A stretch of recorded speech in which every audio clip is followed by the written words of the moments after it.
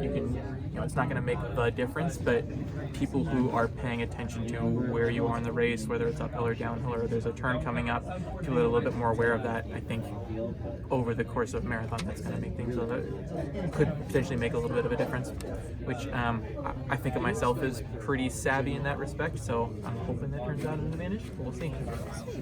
And anything else exciting to be boots on the ground here in Atlanta? Anything that is finally here? It's good to not have to think about it anymore. And also, I'm really looking forward to not have everything be consumed with either thoughts of the marathons or worried that I'm not thinking enough about the marathon. Also, I have some family here, so my cousin, my aunt and uncle, and then lots of family out. So after the race, we're staying here for a couple days, hopefully get some good barbecue and some other stuff, and that will be enjoyable. And it's nice that it's sunny because Atlanta's beautiful. Thank you. Appreciate it. In the main press conference in there, the stage, were you kind of giving the impression that you sort of got stagnant in the career? What were you trying to say there, sort of? Yeah, so my last year and a half, I was with the Hanson's Distance Project for 4 years, and for the last year and a half of that, my Achilles have been getting slowly worse, to the point where for my marathon buildup, my track buildup for those 2016 trials, essentially every run, or every day from the moment I woke up to the moment I went to bed, and especially during runs, there's just constant pain. It never went away, and before that I'd kind of been able to get to a place where I could kind of warm up, and that sort of pain, like, I'm decent with dealing with pain over a long period of time, but it just starts to wear on you and you don't see any progress with it.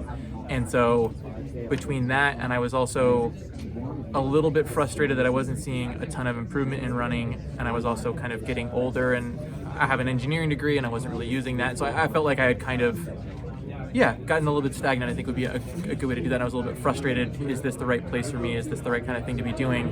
So 2016, I really felt like I needed to make a lot of changes, not just in running. There are a bunch of other personal issues kind of going on at the same time.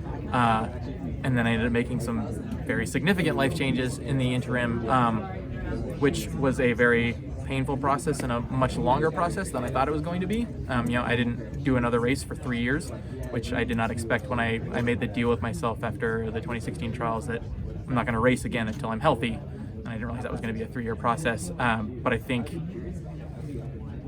coming back, there's a new commitment to running fast.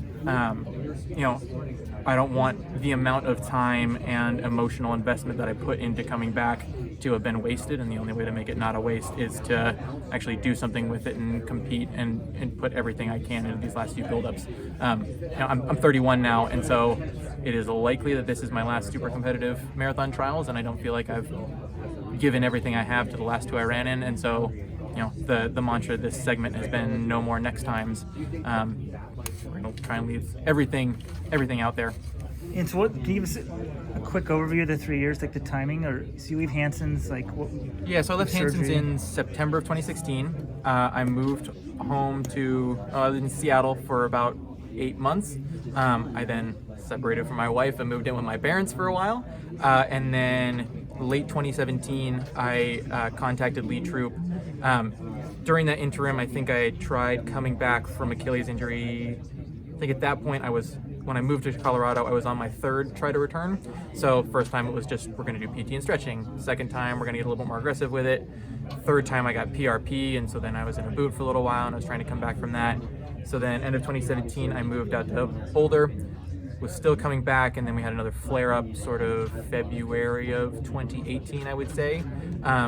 Went back and forth with the doctors for a little bit. I got Achilles surgery for the Haglunds in May of 2018, and then let's say I didn't really return to activity. I think I started kind of doing runs and stuff and feeling like I was actually training probably around November. Yeah, October, November, probably. And then from there was just a very long, slow build up to Chicago, I think. And you never thought about retiring, or? I considered it a You haven't time. had a sponsor since 2016, right? Yeah, and one of the things that you need in order to be able to retire from running is something else to do. And so I have an engineering degree, but I didn't really use it when I was in Michigan, so I essentially had this big gap in my resume, and I wasn't really able to find a lot of jobs for engineering, so I substitute taught for a while. And I think the other big thing was sort of in that bit of turmoil, at the very least, training and rehab and just sort of the hopes for running is kind of one constant I can kind of keep and maintain, is sort of the last little bit of routine that I kind of have left.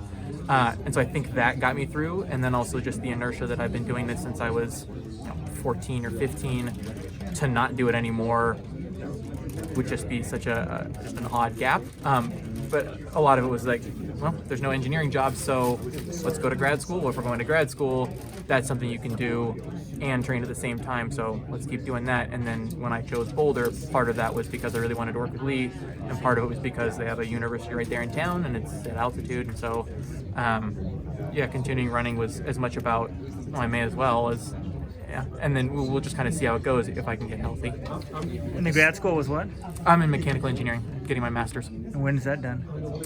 Sort of open-ended. I am taking one class this semester because I want to be able to focus on school. So I will have, I think, 9 units to go at the end of this semester. And so probably fall and then spring of next year. So I would imagine spring of next year. So I kind of turned a 2-year program into a 3-year program. And you mentioned the shoes. You're an engineer, like, one, you ran so well in them. Like, how much of this improvement do you give to the shoes? And then looking for a new sponsor, does that create problems because you trust these shoes that you ran in? Like, maybe talk about that a little bit. I don't know how much of a problem it creates for finding another sponsor. The biggest challenge of finding another sponsor is finding a sponsor that wants to sponsor me and actually give me some sort of compensation. I think Lee was very much pushing, my coach Lee Troop was very much pushing to stick with these shoes just because we'd had success. We don't want to change too much of the formula going into these trials, especially because at that point it wasn't entirely clear that anybody would have their prototypes out in time. I'm certainly open to wearing another company's shoes going forward. I think I stuck with the Nikes just because they had worked, and I have a friend on the inside that was able to give me another pair. Sorry, what was the other question? Yeah, how much do you think of the 210 with? It probably helped a little bit. I mean, they say it's a 4% bump, so I mean, we'll call it that. I know that I was certainly stronger than my time showed, and so I think I was in shape to run a fast time no matter what shoes I was in. As far as how much it contributed, So you think you should run faster than you did? I think had there been a faster pack going that I could have run with, I think I could have handled that. But I mean, I think everybody says that at the end of the race. But I felt very good. Even after the pacer dropped off, I felt like I was one of the ones kind of dictating pace. And then when it came time to compete over the last couple miles, I felt like we were able to kind of drop those guys and feel in control doing it. I didn't feel like I was being dictated to. I was one of the ones doing the dictating. So I think there was more potential there in that race. I would like to think so. That's what I've been telling myself in the build-up. So, are you wearing the Vaporfly or the Alphafly on Saturday? I'm gonna make the final decision tomorrow. Have you worn the Alphafly yet? No, I'm gonna do some strides in it. We'll see how it feels. I think I'm leaning towards it just because of kind of the results people have shown with it. But at the same time, my good friend, former teammate Chris Derrick has decided to not do the alphas and to wear the next percents, and obviously he has a lot more experience with them than I do.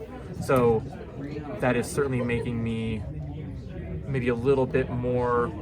I'm going to focus a little bit more on the differences that I feel. It's especially going to come down to the kind of the fit and the feel underfoot. I know that there's a little bit of a weight difference, and lightweight is certainly a big factor that I take into account.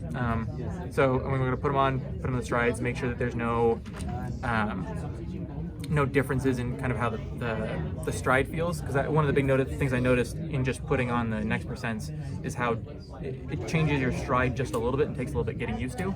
And so I think if the Alphaflies are radically different in that sense, I may stick with the next percents just because I don't want to adapt to something new. I've done a little bit. You've never worn them? I'm not. You not worried about getting a blister or anything? Or? I mean, if it happens, what has Chris told you about them? Like, what are some issues? I haven't talked a ton to Chris about it, but, well, actually, you know what? I don't know if I want to talk out of school with people that are employed by Nike about this. I just know that... You don't want to what? Talk out of school about people who are employed by Nike. But I do know that... What do you mean talk out of school? Get them in trouble. Yeah, get them in trouble. So the way that I was told to think of it is the Alphafly is not the next percent 2.0, it's a different shoe, and so mechanically it's going to feel a little bit different under your foot, and exactly what that means I don't know until I put it on.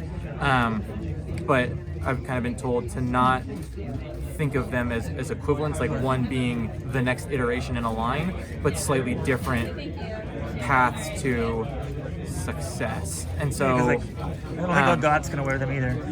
Sounds like Ogot's not gonna wear them. yeah, and I mean, so it sounds like about half the Nike athletes are deciding to stick with the next percents, and that might just be because they have already worn them and they had success with them and they were training with them a lot more, or it could just be because they don't like the feel. And you said some of the numbers.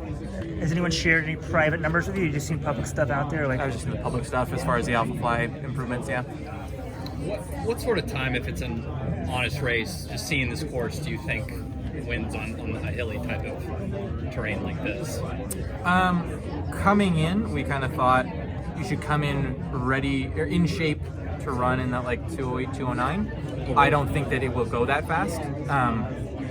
I'm kind of envisioning like a 210 to 211 race with, I would imagine, a significantly progressive split. So kind of like an out in 107-ish, back in 105-ish, or even faster. I mean, I don't think we have a haul in this race, but like obviously he ran that New York course and I think he closed in like sub 103, and I wouldn't be surprised if someone tries to do that. But yeah, I would imagine 210 to 211, kind of my guess. But that is a complete guess. Yeah. Jay, you're going for your first Olympic team.